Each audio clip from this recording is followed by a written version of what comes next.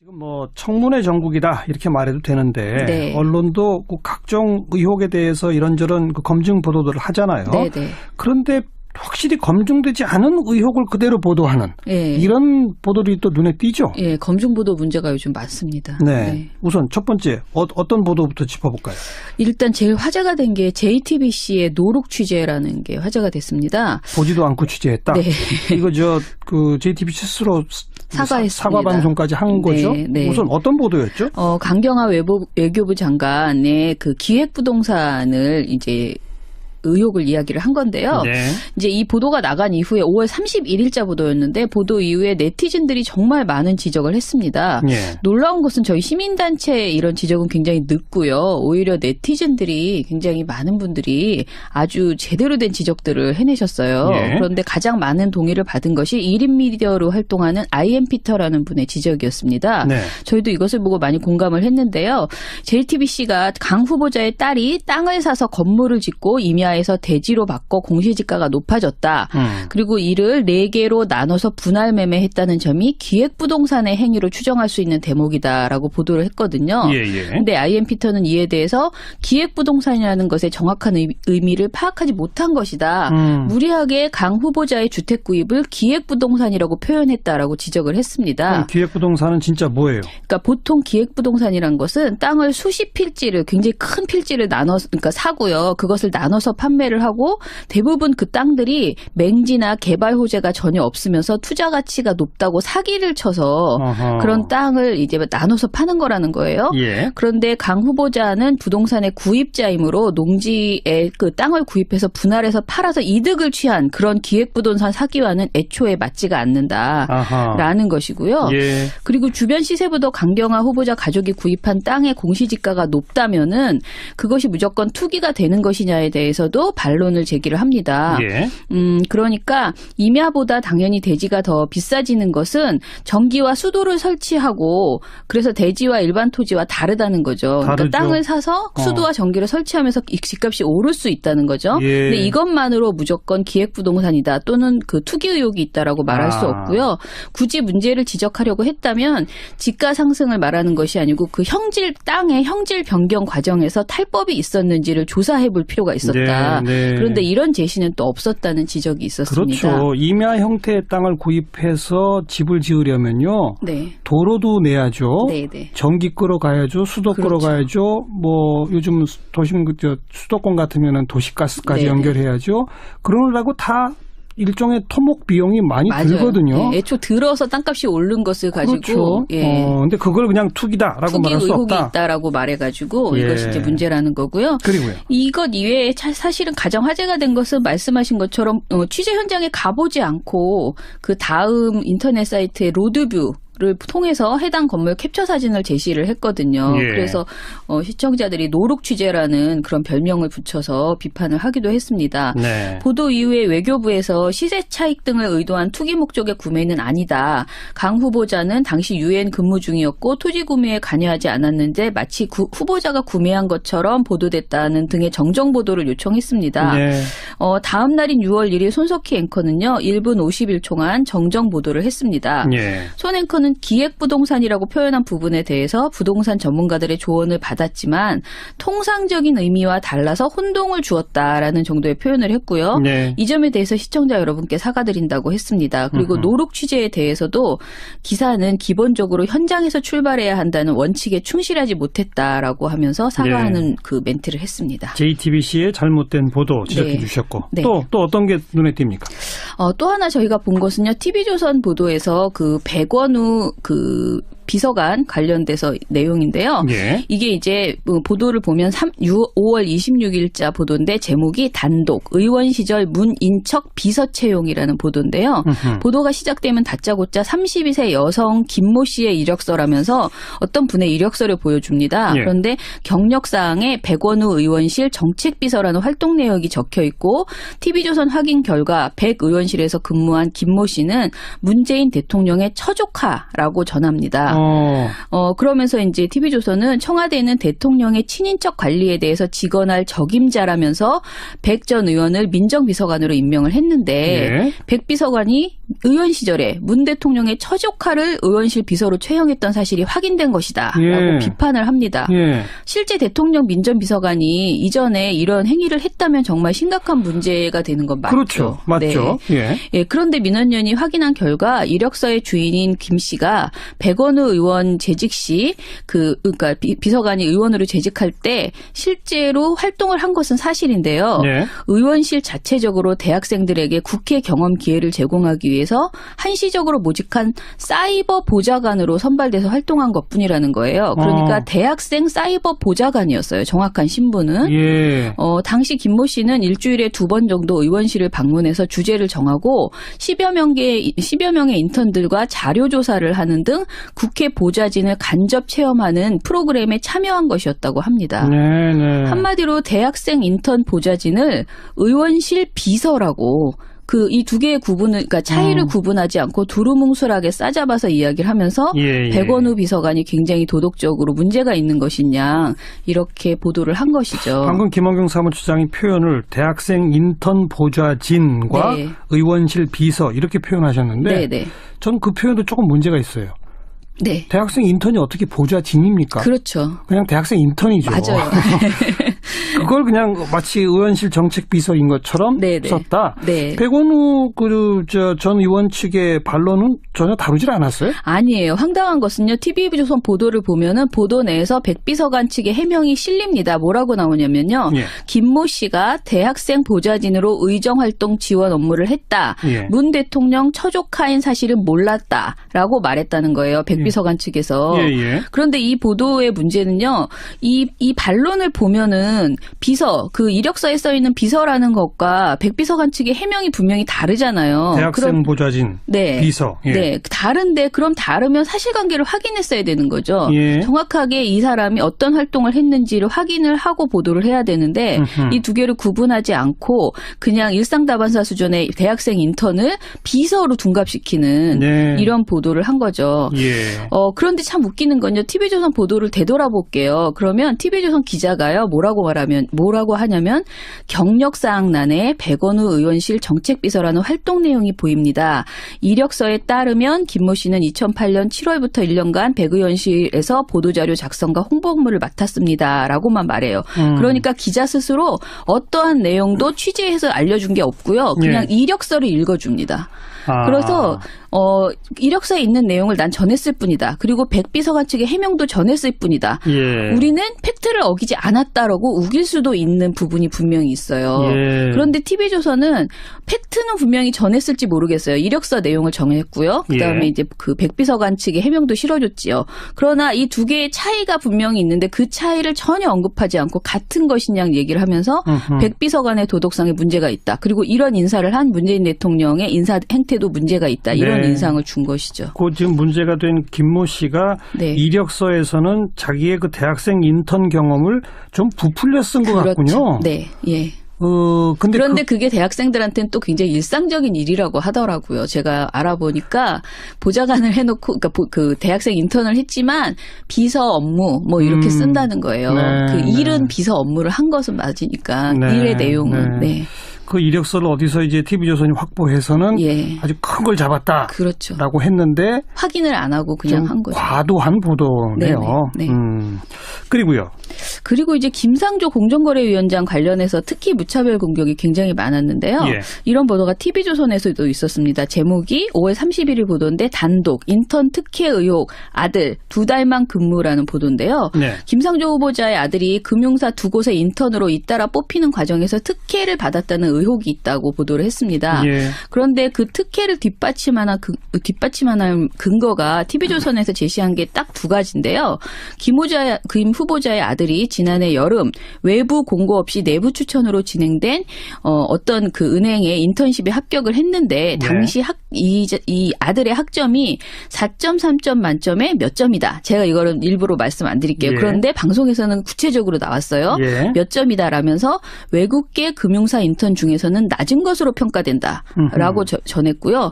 그리고 인턴 모집 요강을 보면 근무기간이 5개월이었지만 김 후보자의 아들은 7월과 8월 2달간만 근무했다. 딱 이 두 개가 특혜라는 의혹의 전부입니다. 그런데 인턴이라는 것이 꼭 학점만을 가지고 채용을 하는 것이 아니고요. 그리고 근무 기간이 5달이어서 원래 5달만 하는데 뭐 10달을 했다 이러면 오히려 특혜를 준 것이 아닐까 의혹이 될 수도 있지만 방학 2달만 근무를 한 것을 가지고 특혜라고 말하는 것이 말이 안 된다는 그런 비판이 있고요. 그리고 무엇보다 이 분이 그 아들 김상조 후보자의 아들이 학력이 굉장히 우수하더라고요. 그래서 이 학교라면 금융사 인턴에 합격하는 것이 이례적인 것이 아니라는 비판도 굉장히 많이 나왔습니다. 그리고 또 김상조 후보자가 당시에 시민운동에 몸담은 교수였는데 뭐 굳이 특혜를 요구하거나 받을 수 있는 위치가 아니었다는 반론도 있었어요. 그리고 뭐 김상조 후보자는 아들의 인턴십에 일절 관여하지 않았다. 그리고 굉장히 난처한 당황스러운 전혀 몰랐다라는 그런 이제 반박을 하셨는데요. 이런 반론 여부를 떠나서 특혜 채용이라는 굉장히 요즘 또 특혜 채용은 그 문재인 대통령 때문에 굉장히 화제가 되는 이야기잖아요. 그렇죠. 이런 민감한 의혹을 제기할 때는 최소한 그 인과관계를 증명할 확실한 근거가 있어야지 되는데 너무나 황당한 정황과 의심만을 모아서 이렇게 보도를 했다는 문제가 있습니다. 정말 좀 약하네요, 근거가. 네네. 지금 그 논란의 핵심으로 떠오른 강경화 후보자에 관해서는 또 혹시 이런 거 없습니까? 그리고 이제 강경화 후보자 같은 경우에는 여러 가지가 있지만 특히 다운계약서 작성 의혹이 또 있었는데요. 일단 먼저 말씀드릴 것은 부동산 다운계약서 논란은 이미 그 이전에 며칠 전에 김상조 공정거래위원장 후보에게도 똑같이 제기되었는데요. 당시 일단락이 된 것이 있습니다. 뭐냐면 부동산 거래 시 실거래가로 신고를 해야 한다는 의무는 2006년 1월부터 법제화됐기 때문입니다. 그렇죠. 그러니까 2005년 이전에는 주택 공시가격 제도조차가 없었고요. 실거래가와 무관하게 원가법에 따른 시가 표준액으로 신고하면 합법이었던 시절이었죠. 그래서 2005년 이전, 최소한 2005년 이전에 나왔던 그러니까 다운계약서 문제는 사실 불법이라고 비판하기 굉장히 어려운 부분이 있는 거예요. 그냥 관행이었다. 다들 그렇게 얘기하죠. 그래서 김상조 청문회 이후에 다운계약서 논란이 이제 나오면은 그때에는 이 시기가 매매 시기가 2006년 이전인지를 따져볼 필요가 있었는데요. 분명히 강경화 후보자의 그 건물 거래 시 다운계약서 작성이 이제 언급이 됐는데 이때는 이미 김상조 청문회 이후였거든요. 그런데 이 문제를 언급한 방송사는 JTBC뿐이었습니다. 어쨌든 그 거래가 이루어진 건 몇 년이었어요? 2004년이었습니다. 2004년. 그런데 JTBC 말고 다른 방송사들도 전부 한 건에서 이 다운계약서를 다뤘고요. 채널 A는 2건을 다뤘거든요. 그런데 JTBC만 먼저 말을 하면서 명확하게 할 필요가 있는 것은 다운계약서가 법적으로 문제된 것은 2006년 1월 1일부터다. 시기적으로 보면 법적으로 이 상황이 문제가 되지 않는다라고 분명히 이렇게 이야기를 하고 시작을 합니다. 물론 일부 후보자의 다운계약서 작성에 아무런 문제가 없다고 할 수는 없어요. 왜냐하면 강 후보자의 경우에는요. 집을 매각하는 입장에서는 소득세를 줄이는 효과가 있다라는 것이고요. 양도소득세 줄어들죠. 그렇죠. 그리고 김상조 후보자의 경우에는 1주택 소유자로서 애초에 양도소득세가 면제되기 때문에 아예 당시에는 이런 의혹조차 무의미했는데 강 후보자는 조금 다른 게 2004년 거래 당시 연립주택 5채 중에서 3채를 매매를 한 것이었습니다. 따라서 현재 방송사들의 보도처럼 법적으로 문제가 없음을 설명하지 않고 그냥 무조건 소득세 탈루 의혹이라고만 비판하는 것은 무리이고요.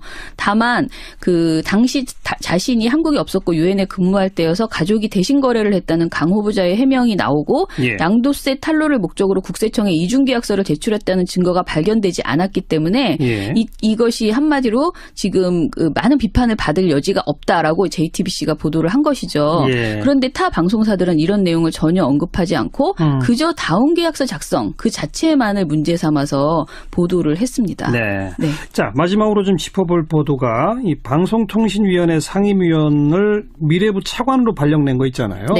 이걸 MBC가 아주 강하게 비판을 하더라고요. 네, 맞아요. 그거 좀 해석해 주세요. 이게 이제 지난 6일에 청와대가 김용수 방송통신위원회 상임위원을 미래창조과학부 제2차관으로 임명을 했습니다. 예. 그러자 MBC가 두 건으로 매우 격렬하게 이제 비판 보도를 했는데 다른 방송사들은 이 보도를 전혀 내지를 않았어요. 아하. 근데 MBC만 이제 두 건으로 꼼수다, 방송 장악 의혹이 드러난 것이다라고 비판을 했습니다. 예. 내용을 보면 김용수 방통위 상임위원은 지난 4월 5일에 황교안 당시 대통령 권한대행이 임명을 했습니다. 네. 방통위는 대통령이 원래 2명, 여당이 1명, 야당이 2명을 추천해서 총 5명의 상임위원으로 운영이 됩니다. 그렇죠. 그런데 지금까지 기존의 박근혜 정부에서 임명된 3기 상임위원을 보면은 5명 중에서 4명이 3월에 임기가 모두 끝났어요. 이미 끝났어요? 네. 그리고 한 분은 어제 그 임기가 끝났습니다. 예. 그런데 이제 자유한국당 추천의 한 분은 그러니까 여당 추천의 한 분, 지금은 야당이죠. 자유한국당 야당 추천의 한 분은 당시 3월에 유임을 했습니다. 예. 당에서 유임을 결정을 했습니다. 예. 이에 따라서 문재인 정부가 2명을 임명하고 그리고 민주당이 그러니까 문재인 청와대 쪽에서 2명을 임명하고 민주당이 1명을 임명하고 국민의당이 1명을 그 제가 말씀 잘못 드렸는데 임명이 아니고 추천을 해서 네네. 임명해야 되는 상황이었습니다. 그래요. 그런데 지난 4월에 탄핵 정국과 조기 대선이 맞물린 상황에서 딱 4월에 사람들이 이제 끝났잖아요. 그러자 황교안 권한대행이 갑자기 대통령직을 임명할 수 있는 자리를 임명을 강행한 것이에요. 그러니까 그때 이제 당연히 많은 시민단체나 방통위 스스로도 반대를 했습니다. 이것은 대통령 선거가 끝난 이후에 해야 된다. 임명을 해야 된다. 그러네요. 예, 그렇게 이야기를 했죠. 예. 그런데 이제 황 대행은 의결 정족수를 채워서 행정 공백을 최소화해야 된다라고 주장을 하면서 무리하게 채용을 그러니까 그 인사를 강행을 했습니다. 5명 중에 3명은 있어야 의결 정족수가 되니까. 예. 그렇군요. 그런데 사실은 그 이전에 그런 문제가 발생하리라는 걸 알고 그 종편 재승인 같은 주요한 것을 이미 다 해결을 해놓은 상태였어요. 방통위에서는. 그래서 이게 굉장히 변명이 안 된다라는 비판도 있었고요. 그리고 당시에 대통령이 파면당한 상태에서 황 대행이 차관급 인사까지를 강행하는 것은 월권이라는 비판이 많았습니다. 이 논란이 분명히 있었습니다. 그런데 이거에 대해서 MBC는 뭐라고 보도를 했어요? MBC는 이것에 대해서 그 한마디로 말해서 문재인 대통령이 애초 2명을 임명할 권한이 있었던 거잖아요. 그런데 이것을 문재인 대통령이 꼼수 인사를 통해서 한 명을 더 임명할 수 있게 됐다. 3명을? 본인이, 아무튼 문 대통령이 그냥 표현을 이렇게 했어요.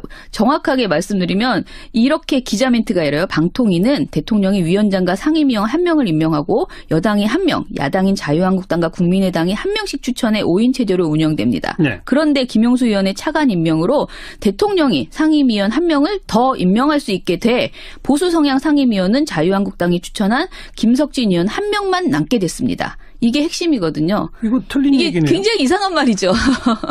굉장히 이상한 말이에요. 모순이에요. 그러니까 대통령이 마치 기존의 자기 목 말고 1명을 더 임명하려고 그 인사를 했다라는 식으로 느껴지게 보도를 했고요. 그러네요. 자유한국당이 갑자기 1명밖에 불법적으로 1명만 남게 된 것처럼 느껴지게 이렇게 알겠습니다. 보도를 한 것이죠. 원래 대통령 몫이 2인데 이 보도는 묘하게 마치 셋을 임명할 수 있게 된 것처럼. 그렇죠. 그러나 셋은 절대 임명 못하죠. 그렇죠. 그런데 이 마치 김용수 의원 차관의 황 대행의 임명 자체는 문제가 없는 것처럼 이야기를 하면서 본말을 전도시키고 문 대통령이 굉장히 부당한 인사를 한 것처럼 이렇게 표현한 것이죠. 네. 뭐 비판을 하려고 마음을 먹은 것까지는 괜찮았는데 이거는 사실관계도 억지예요. 왜곡을 시켜가지고 비판을 한 그런 보도였다. 오늘 여기까지 할까요? 수고하셨습니다. 네, 감사합니다. 미디어 포커스 민주언론 시민연합 김원경. 저희 시민단체의 이런 지적은 굉장히 늦고요. 오히려 네티즌들이 굉장히 많은 분들이 아주 제대로 된 지적들을 해내셨어요. 그런데 가장 많은 동의를 받은 것이 1인 미디어로 활동하는 IM피터라는 분의 지적이었습니다. 저희도 이것을 보고 많이 공감을 했는데요. JTBC가 강 후보자의 딸이 땅을 사서 건물을 짓고 임야에서 대지로 바꿔 공시지가가 높아졌다. 그리고 이를 4개로 나눠서 분할 매매했다는 점이 기획부동산의 행위로 추정할 수 있는 대목이다라고 보도를 했거든요. 그런데 I.M. 피터는 이에 대해서 기획부동산이라는 것의 정확한 의미를 파악하지 못한 것이다. 무리하게 강 후보자의 주택 구입을 기획부동산이라고 표현했다라고 지적을 했습니다. 기획부동산은 진짜 뭐예요? 그러니까 보통 기획부동산이란 것은 땅을 사서 수도와 전기를 설치하면서 집값이 오를 수 있다는 거죠. 근데 이것만으로 무조건 기획부동산이다 또는 그 투기 의혹이 있다라고 말할 수 없고요. 굳이 문제를 지적하려고 했다면 지가 상승을 말하는 것이 아니고 그 땅의 형질 변경 과정에서 탈법이 있었는지를 조사해 볼 필요가 있었다. 그런데 이런 제시는 또 없었다는 지적이 있었습니다. 그렇죠. 임야 형태의 땅을 구입해서 집을 지으려면요. 도로도 내야죠. 전기 끌어가야죠. 수도 끌어가야죠. 뭐 요즘 도심 수도권 같으면은 도시가스까지 연결해야죠.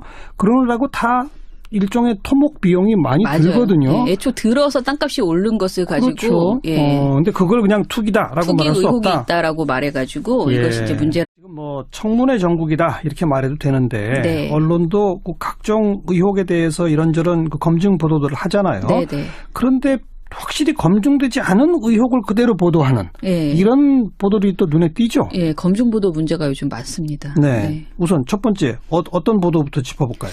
일단 제일 화제가 된 게 JTBC의 노룩 취재라는 게 화제가 됐습니다. 보지도 않고 취재했다. 이거 그 JTBC 스스로 사과했습니다. 사과 방송까지 한 거죠. 우선 어떤 보도였죠? 강경화 외교부 장관의 그 기획부동산을 이제 의혹을 이야기를 한 건데요. 이제 이 보도가 나간 이후에 5월 31일자 보도였는데 보도 이후에 네티즌들이 정말 많은 지적을 했습니다.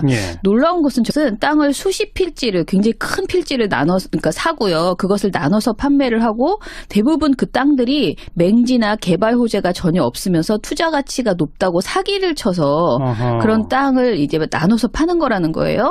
그런데 강 후보자는 부동산의 구입자이므로 농지에 그 땅을 구입해서 분할해서 팔아서 이득을 취한 그런 기획부동산 사기와는 애초에 맞지가 않는다라는 것이고요. 그리고 주변 시세보다 강경화 후보자 가족이 구입한 땅의 공시지가가 높다면은 그것이 무조건 투기가 되는 것이냐에 대해서도 반론을 제기를 합니다.